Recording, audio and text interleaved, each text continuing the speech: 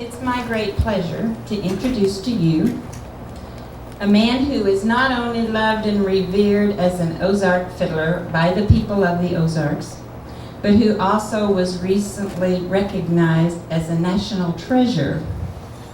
In 1999, Bob Holt was one of only 13 recipients of the National Heritage Fellowship Award for the Preservation of Traditional Arts, presented by the National Endowments for Arts and Humanities. For over a half a century, Bob has contributed to the preservation and popularization of the traditional art of fiddle playing, with a particular emphasis on playing for square dancing. Bob also has a longtime friend and accompanist extraordinaire, Alvie Dooms, who lives on the t'other side of Ava, where Bob lives, about 8 miles from his own home. They've spent years traveling around the countryside together, fishing the crooks and jawing about their neighbors. And since 1965, Alvie has acted as accompanist to Bob when they go to dances and to hootenannies and jamborees, which are held all over the place in the Ozarks. So now I'm going to invite you to tap your feet and drum your fingers and wiggle your bottoms as you enjoy the music that Bob Holt plays, that is music that flows through the blood of every Ozark resident. Here we go. Bob Holt and Alvie Dooms.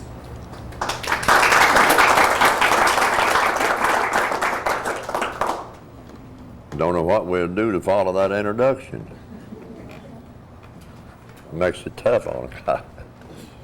Well, we'll just play a tune or two, and maybe we'll get into some questions and tell a lie or two as we go along. Alvie can. I tried one the other day, and it's been so long since I tried it, I was out of practice and made the awfulest mess you ever seen. I'll just about give it up. The only reason he messed up was he couldn't talk. The only reason he could about half asleep. Let's play something slow to kind of wake up with. We'll play some different types of tunes. Mostly we play for dances. That's what I've always been geared for. I like to watch people dance. I like to see them have a good time. You see them come in with a walker, and about the third or fourth tune, they'll get up and start dancing. You figure you've done some good. Of course, I don't know what they was carrying in that little satchel either that they brought with them.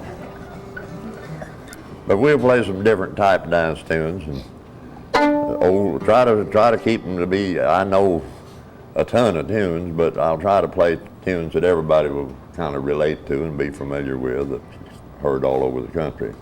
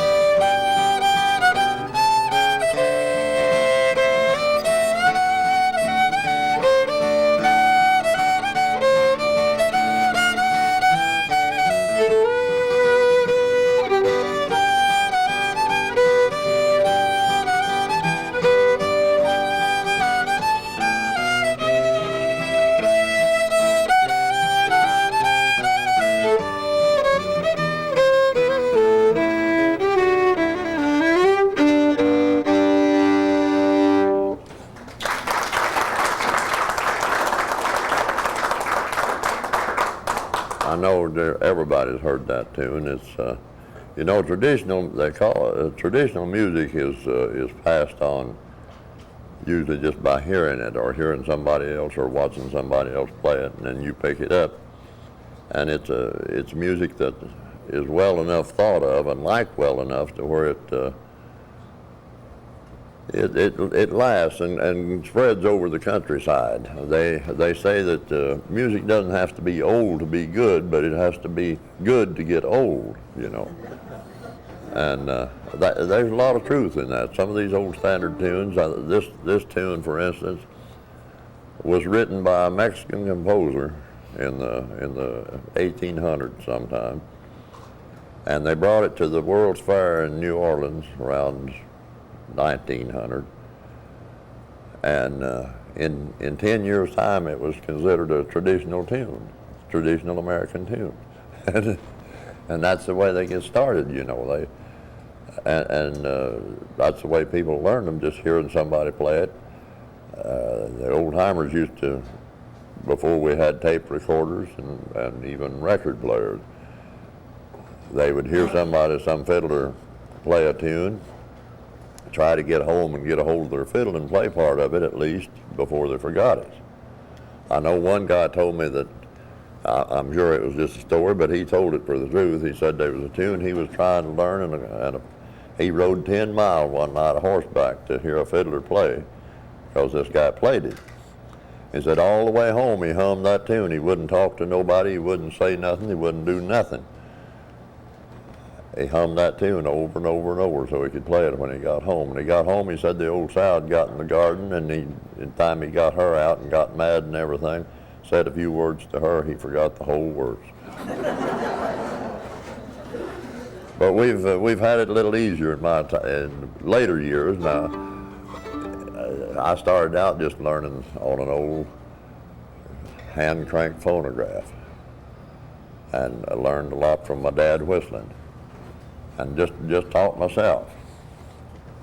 And it was if I'd had some help and had all these tape recorders and things when I was a kid, I probably would have made a fiddler before I died. Now, back then, there was just no way you could do it in one lifetime. You needed to try two. Well, play a little schottisch.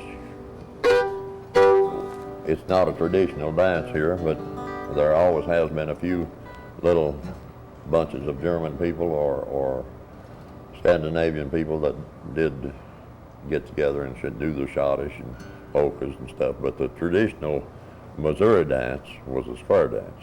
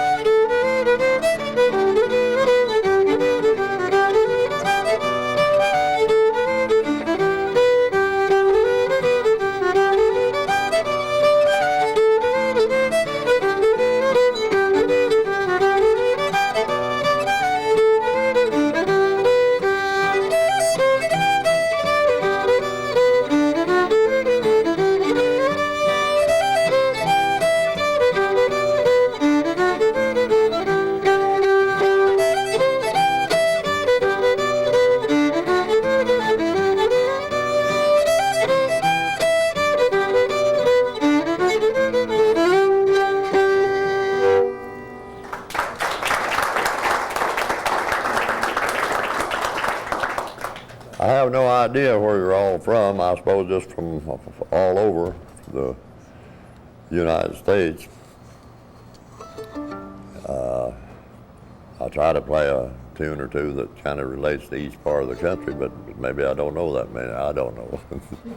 But there's an old tune called, I don't know where it come from. I learned it from a fiddler in North Missouri. It's called Old Indiana, and I like to play it. It's a lively, nice old tune. Not good for any dance that I know of.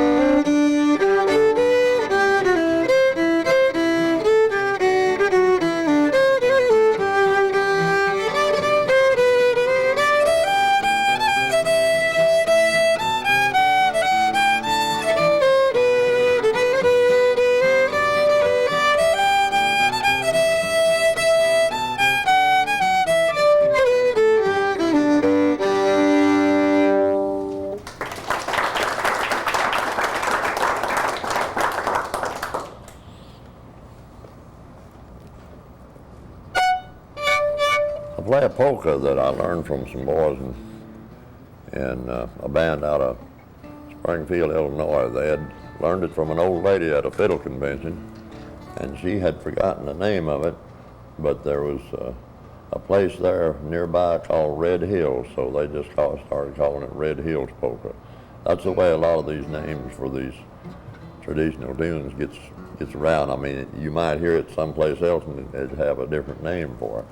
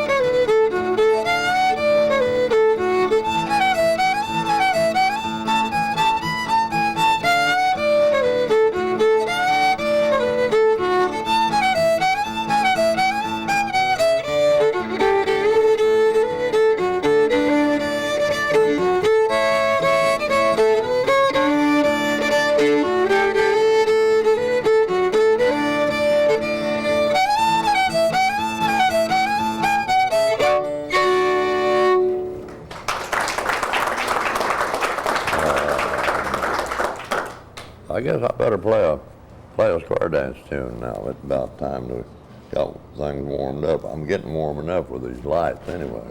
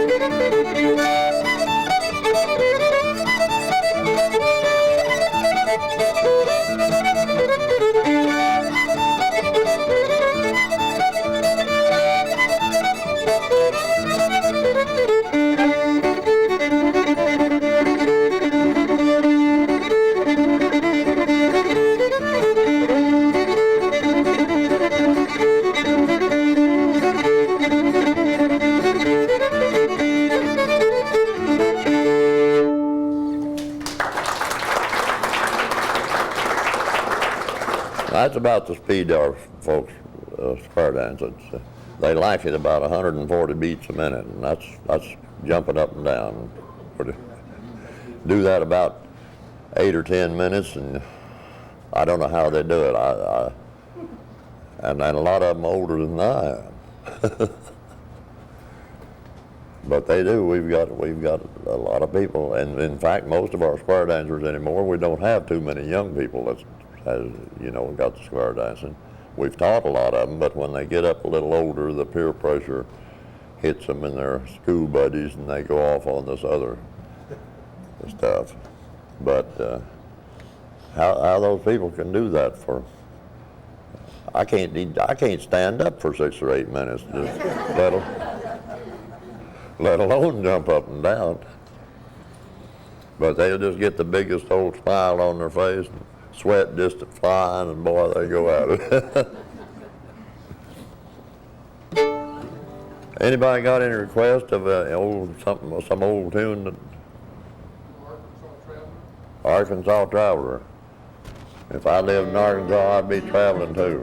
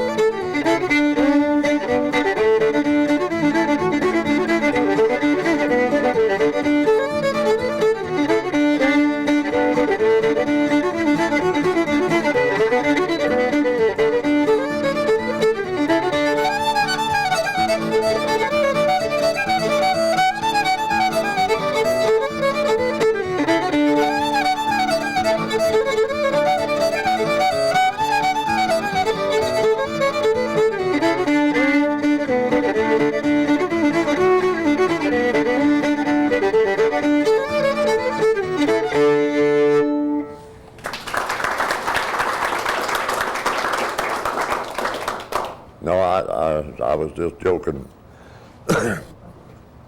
If I moved any direction, it would be down in Arkansas. They've got some beautiful country down there.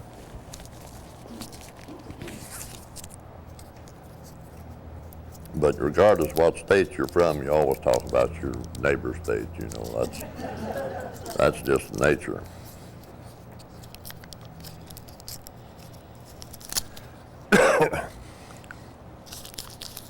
We used to 7-step a little bit. That was up in the Dakotas. Never heard of it. Okay, Got a 1-step. 7-step. I say they do some 1-step around. You danced back to back and then went the other way. Well, you've done all the polka and Well, I was not that good a dancer, but heel and toe and waltz quadrilles and this kind of stuff.